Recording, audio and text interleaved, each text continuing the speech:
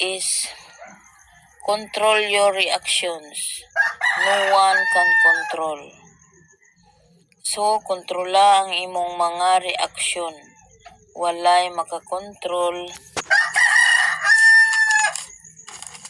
So, brothers and sisters, kung kontrolon nato ang atong mga reaksyon, why samok, why away. Proverbs 25 verse 28. Ang usa ka tawo nga walay pagpugong sa kaugalingon sama sa usa ka syudad nga giguba o gibiyaan nga walay mga parel.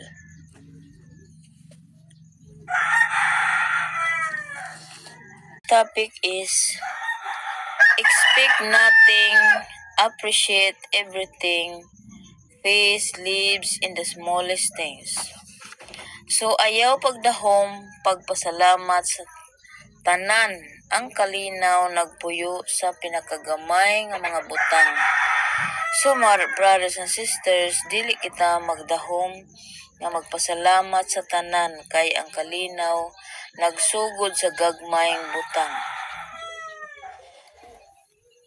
1 Thessalonians 5:18. Pagpasalamat sa tanan nga mga kahimtang. So thank you and God bless to all. For today is about 6 laws of maturity. Mga balaod sa pagkahamtong. So una, controlling others is strength but mastering yourself the true power.